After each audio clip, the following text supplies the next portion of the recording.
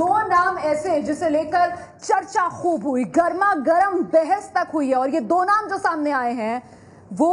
मुरली विजय का नाम सामने आया है और साथ ही साथ शिखर धवन का नाम सामने आया है। शिखर धवन को जगह क्यों, मुरली विजय को जगह क्यों नहीं, इस बात को लेकर खूब जोर शोर से चर्चा हुई है, लंबी चर्चा हुई है कि शिखर धवन जो ऑस्ट्रेलिया में टेस्ट मैचेस में कोई कारनामा कर नहीं पा रहे, जिनका बल्ला बोल नहीं रहा है ऑस्ट्रेलियाई पिचों में, उनको क्यों इस 15 खिलाड़ियों की टीम में जगह दी जाए, मुरली विजय को क्यों नहीं आजमाया जाए। तो मुरली विजय को लेकर चर्चा हुई और साथ ही साथ जैसा कि कुछ देर पहले विवेक मेरे सहयोगी बता रहे थे कि चर्चा रॉबिन उथप्पा के नाम को लेकर भी हुई है। हम सीधे रुक करेंगे, मेरे साथ मेरे सहयोगी विजय साल्वे इस वक्त मौजूद है। विजय, मुरली विजय और रॉबिन उथप्पा आसानी से इनके नाम बाहर नहीं हुए हैं इस टीम से, जो सूत्रों के हवाले से खबर मिल रही है, आपके पास क्या जानकारी?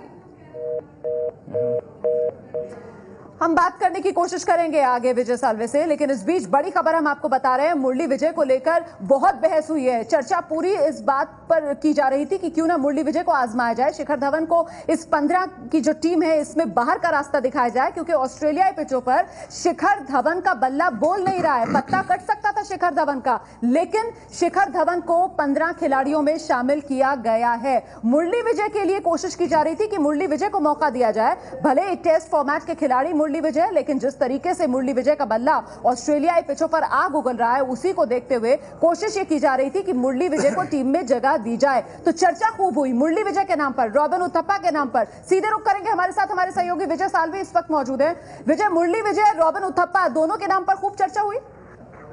जी बिल्कुल रोमाना, मुरली विजय और रॉबिन उथप्पा इन दोनों के नामों पर चर्चा हुई। हालांकि मुरली विजय को सिलेक्टर्स ने इंग्लैंड दौरे पर भी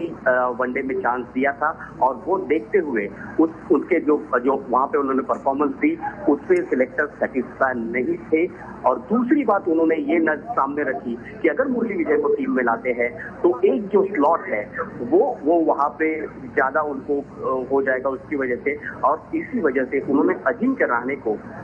एक सलामी बल्लेबाज और साथ ही साथ मध्य क्रम के बल्लेबाज के तौर पर यहाँ पर देखकर उन्हें मुरली विजय को उन्होंने इस टीम में शामिल नहीं किया है। रॉबिन उथप्पा के बारे में भी जरूर बात हुई, लेकिन अंबाती रायडू जो भारतीय टीम के मध्य क्रम में पहले से ही एस्टैब्लिश हो चुके हैं और वो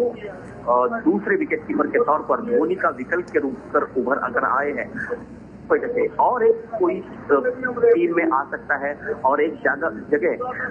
रेस नहीं जाए, इसी लिहाज से देखकर मुरली विजय और रॉबिन उथप्पा को इस टीम में शामिल नहीं किया गया। रोमाना जी, विजय साल्वे कहा तो ये जा रहा था कि शिखर धवन का पत्ता कट सकता था, फिर आखिर वजह क्या रही कि मुरली विजय का पत्ता कट गया। हालांकि बहस बहुत हुई इस बात पर कि मुरली विजय को टीम में शामिल किया जाए।